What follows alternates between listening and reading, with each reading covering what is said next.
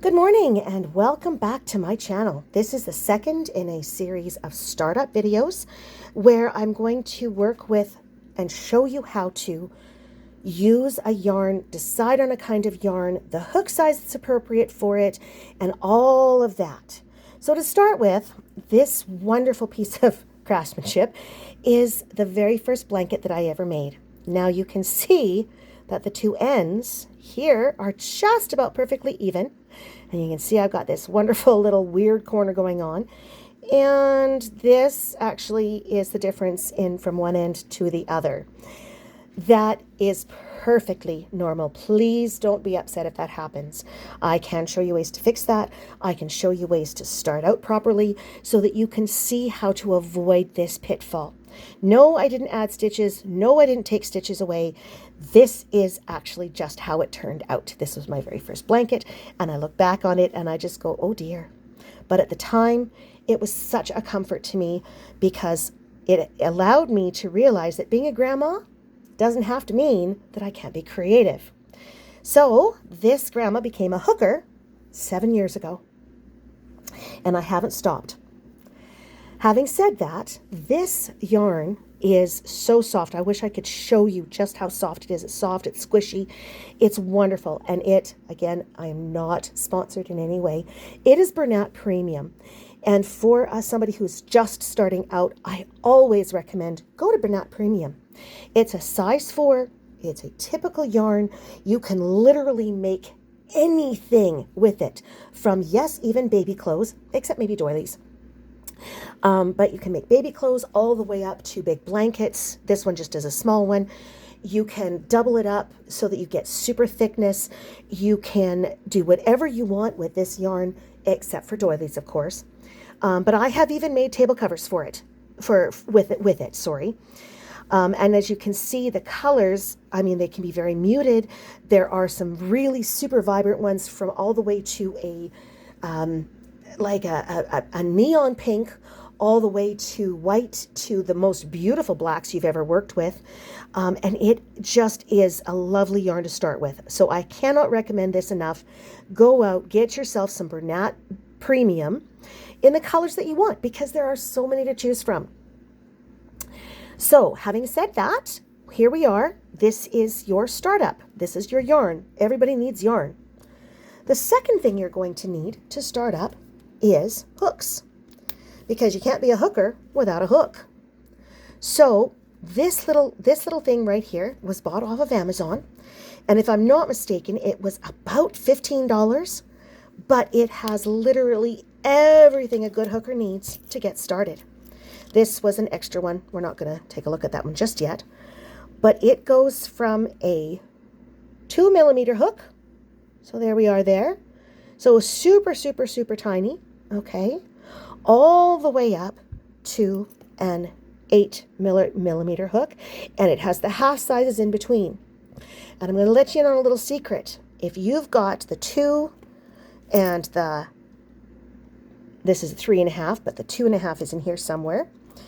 There we go. There's a 2.5. Now you might think, well, gee, there's not a whole lot of difference.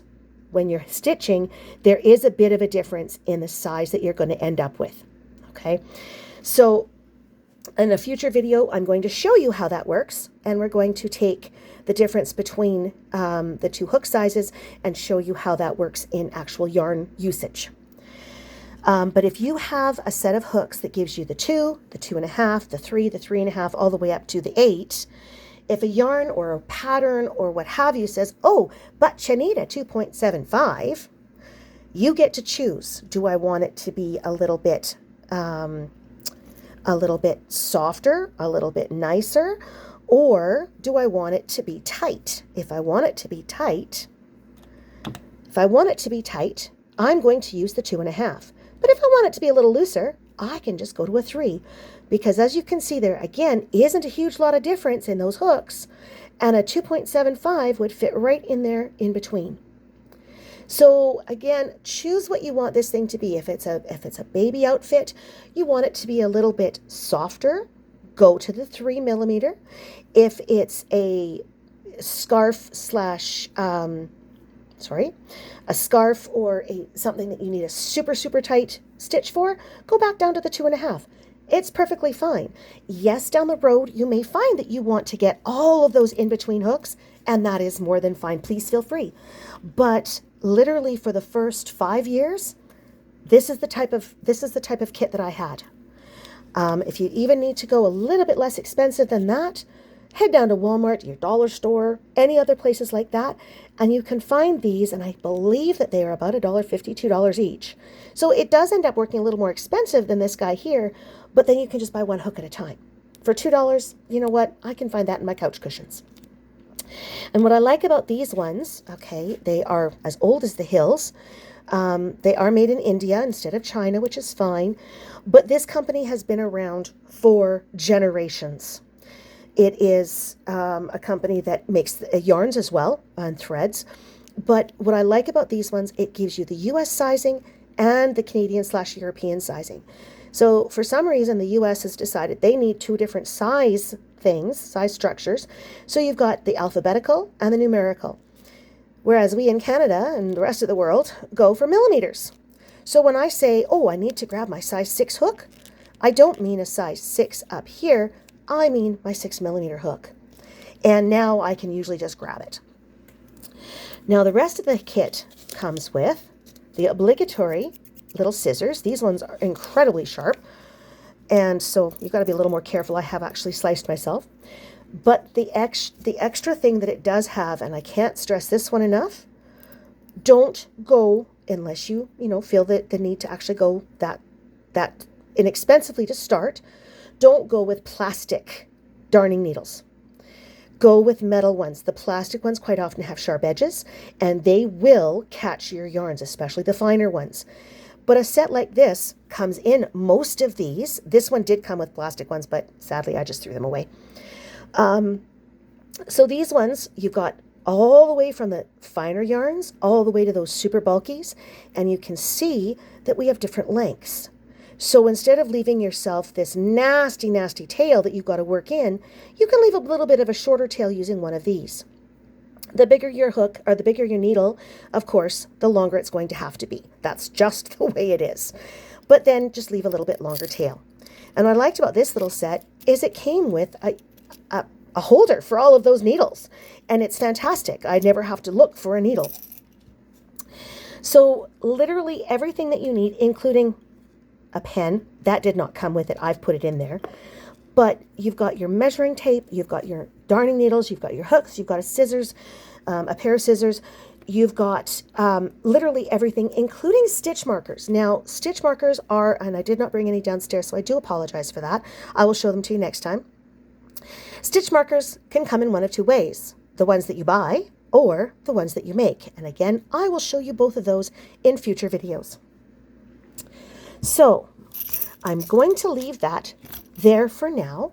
Those are the startup things that you need. There are so many other little toys that you will eventually buy from these amazing handmade, thank you very much, handmade yarn bowls. I have 3 of them now. Thank you, Sharon, from Boreal Clay Works, to this amazing, and I'm going to have to come out just a little bit on that so you can see the whole thing.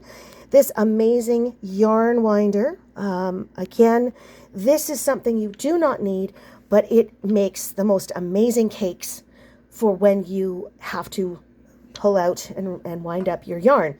The reason I have them is because I quite often get frustrated and have to rip out yarn. So it's very, very frustrating. The last thing that I think you probably need is a good clean area to work with. Now this one I've just covered with a towel for now. I promise you it will get better. But you need good lighting. You need a good workspace.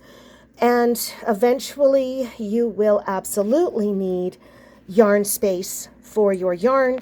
And that can come in my poor husband's defense. I actually have 2 full rooms of yarn. One takes up probably a third of my bedroom, and the other one is now here in my office. And I will take a tour of that and show you that on a future day. For right now, I don't want to make you too confused. Here is another finished product that I've started making out of the most amazing Bernat velvet. This one is not Bernat velvet. I actually don't know what kind it is. I was given the yarn, but as we all know, my favorite colors are purple, squishy, and sparkly. And these are headbands that I've just started making for market this year, and they seem to be doing extremely well. I'm very, very pleased with that. But again, as you can see, there's so much fun to be had with the different kinds of yarns, the different projects you want to do, and the specialty stuff that you can buy as you start your journey towards being a master hooker. Having said all that, I'm 10 minutes into the video, and I promised myself I wouldn't make these beginning videos too long, so I will say adieu and bid you good day. My name is Sherry, and I am addicted to yarn.